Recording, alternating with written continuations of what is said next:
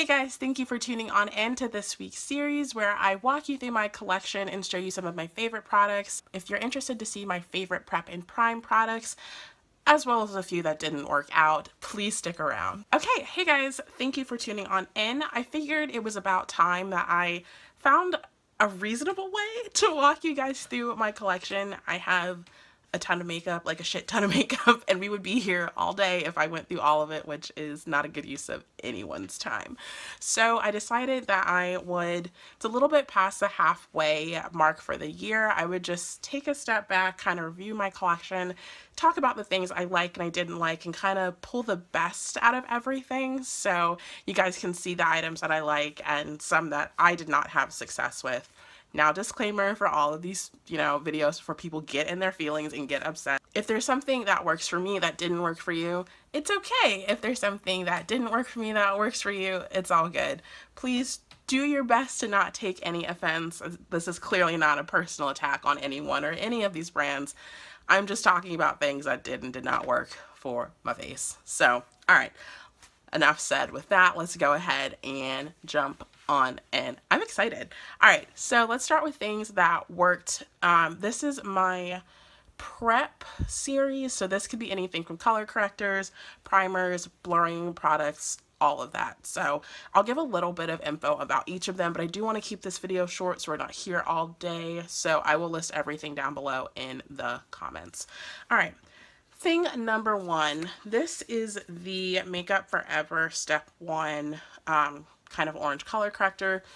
I don't reach for this anymore if I'm being honest, but out of the world of color correcting, this is one of my favorites. I have used, there's a MAC product that's similar to this. It comes in like a little pen. I had to take it back because it irritated my skin.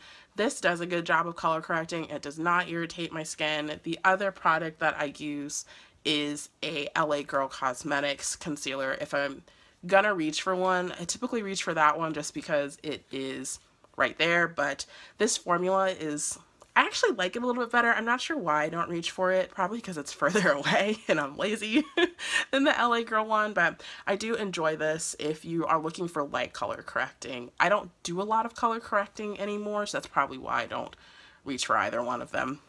Next, I am obsessed with this Too Faced Hangover Face Primer. I got a sample of this, I think, in my Sephora Play box and went to go buy the full size, which I never do. So this is a nice kind of refreshing, cooling primer. It's not super like icy or anything like that, but your skin does feel refreshed. It's silicone free and has coconut water and like vitamins and shit in it. I'm not super into primers. I do, because I'm doing this series, I have some that work for me, but some people use primers, some people don't. Some people have primer hacks. Some people just buy stuff. So I'm not like super into them. These are just things that have worked. This I enjoy quite a bit from like kind of like a skincare perspective. This is the, I'm like super dark. Sorry. This is the Vitamin C Skin Boost Instant Smoother for dull, tired, grumpy skin. So it's just like a silicone based smoother. I have a few products kind of in this category that I didn't like, and I like this one. The Body Shop has good makeup if you guys are ever interested. I do have a few other products that I can do like a brand overview for, but when I am filming or if I know I'm going to an event or something, I'll put a little bit of this on with my kind of prep and prime regimen, and this does help to smooth out skin. In a similar vein, this is the Makeup Blur Stick. Oh, I love this. I will link my One Brand Get Ready With Me using this. This definitely helps to blur the skin. It also helps to mattify the skin. I cannot recommend this highly enough.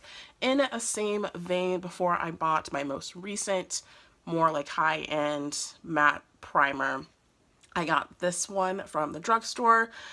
I do like this. This definitely works. I'm almost out of it actually, which I usually never run out of primer, so woo woo. This definitely helps to mattify your skin, and it's only like $5, so it doesn't look super white on the skin or anything like that. If you have a deeper complexion, I do recommend this one. And then one of my favorites, I don't have the other one, the YSL Touche Clot that kind of looks like this girl. Is this Guerlain? Yeah, like this is amazing. I love this one.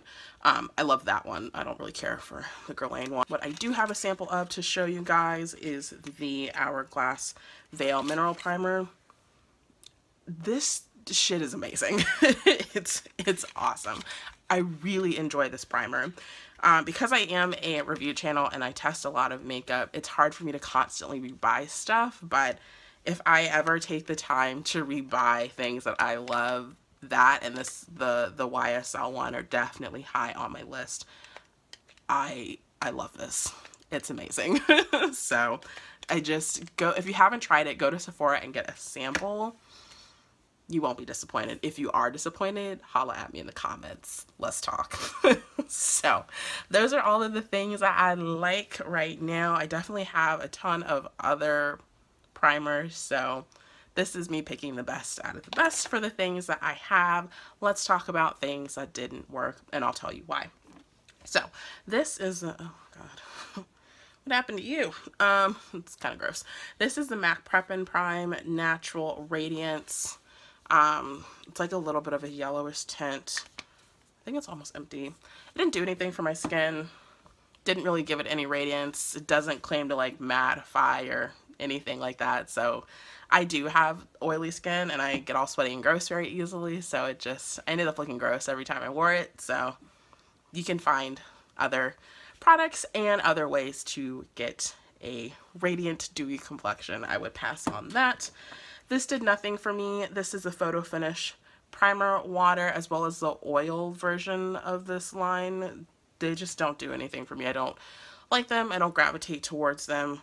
They're not good or bad, but I have used quite a bit of this, but only because it's in the house. Like, it's not my favorite.